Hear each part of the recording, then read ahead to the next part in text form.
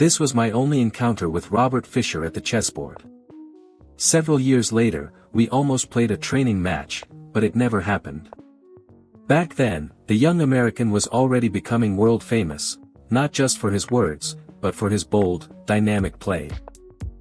In this game, I chose the Grünfeld defense, relying on analysis I prepared years earlier for Smyslov. Fischer knew my Rogozin system well. Soon, we settled into the Smyslov variation, both comfortable, both deeply prepared.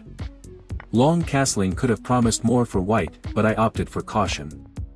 In hindsight, queen to b3 was worth consideration, something I'd studied in the past. After black's move e6, we believed the position was balanced. But Fischer soon grabbed the initiative, characteristically playing queen to f6. Even here, white had chances, but the surprise unsettled me, and my next moves were weak. By move 22, Fischer had an extra pawn, but my pieces stayed active. Black tried to limit my options, but slipped slightly, leaving me with only a slim chance. At move 32, my error, bishop to g4, reduced any hopes of saving the game. Rook e1 would have offered more resistance. By move 40, as black's king advanced, the real endgame fight began. A player like Smyslov would have marched his king to d6, ending things on the queen side. Instead, at move 41, Fischer underestimated the struggle, rushed his play, and let me fight back. My defense irritated him, and he started to take risks. In the rook endgame, small mistakes from Fischer gave me new hopes.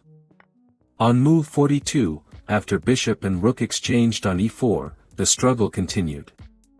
On move 43, rook to c7 would have been ideal, but after hours at the board, such accuracy is hard to find, even Fischer overlooked the clearest win. By the 68th move, after king to g1, Fischer, pale and exhausted, silently offered his hand. It was a draw after a titanic struggle. But the game didn't end at the board. For a long time, experts debated whether black had a win in that endgame, analyzing moves in newspapers and magazines. In the end, this legendary game showed what it means to fight to the last move, determination, precision, and stubborn will.